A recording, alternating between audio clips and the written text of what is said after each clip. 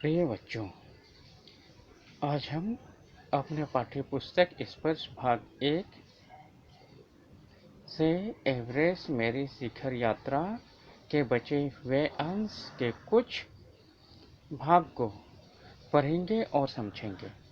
तो आइए शुरू करते हैं। बेस कैंप में पहुंचने से पहले हमें एक और मृत्यु की खबर मिली। जलवायु अनुकूल न होने के कारण एक रसोई सहायक की मृत्यु हो गई थी। निश्चित रूप से हम आशाजनक स्थिति में नहीं चल रहे थे। तो बेस कैंप अर्थात अभियान दल, जिसमें बैचेंद्री पाल भी थी, उनके बेस कैंप पहुंचने से पहले ही एक और मृत्यु की खबर उन्हें मिली। और मृत्यु का कारण क्या था? जलवायु, अर्थात वहाँ की जो क्लाइमेटिक कंडीशन थे वह अनुकूल नहीं था। अनुकूल अर्थात फेवरेबल नहीं थे। तो इसी कारण से एक रसोई सहायक की मृत्यु हो गई थी। निश्चित रूप से वे आशाजनक स्थिति में नहीं चल रहे थे। वे कुछ हद तक निराश हो चुके थे और उनकी निराशा के कारण यह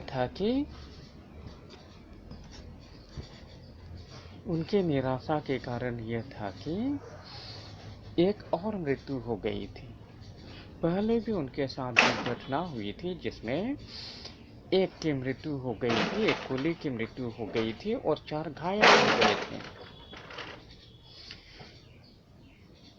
एवरेस्ट शिखर को मैंने पहले 2 बार देखा था, लेकिन एक दूरी से। बेस कैंप पहुंचने पर दूसरे दिन मैंने एवरेस्ट पर्वत तथा इसकी अन्य श्रेणियों को देखा।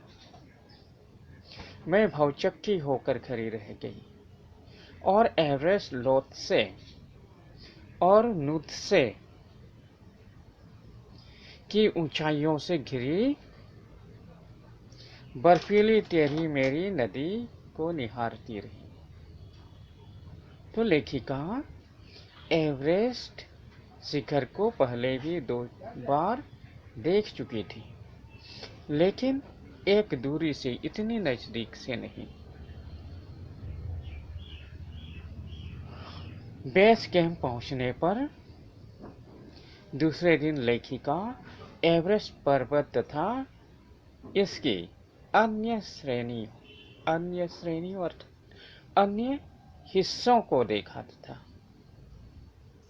लेखिका भौचक्की अर्थात आश्चर्यचकित होकर खड़ी रह गई और एवरेस्ट, लोत्से और नुत्से की ऊंचाइयों से घिरी बर्फीली टेढ़ी मेरी नदी निहारती रही।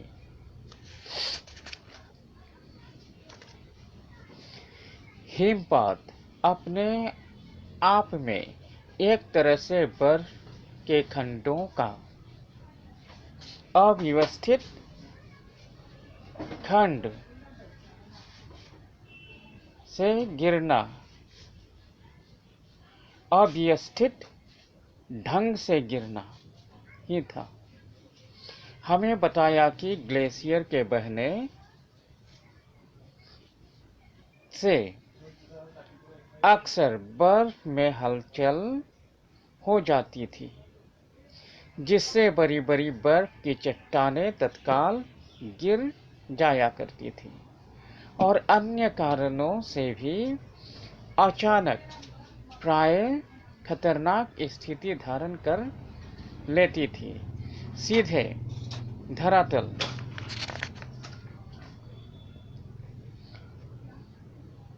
पर दरार पड़ने का विचार और इस दरार का गहरे चौड़े हिम भीतर में बदल जाने का मात्र ख्याल ही बहुत डरावना था। इससे भी ज़्यादा भयानक इस बात की जानकारी थी कि हमारे संपूर्ण प्रवास के दौरान हिमपात लगभग 1 दर्जन आरोहियों और कुलियों को प्रतिदिन छूता रहेगा। तो इस प्रकार लेखिका एवरेस्ट के शिखर पर चढ़ने के दौरान आने वाले खतरों से परिचित हुई और इन खतरों के बारे में पता चलने पर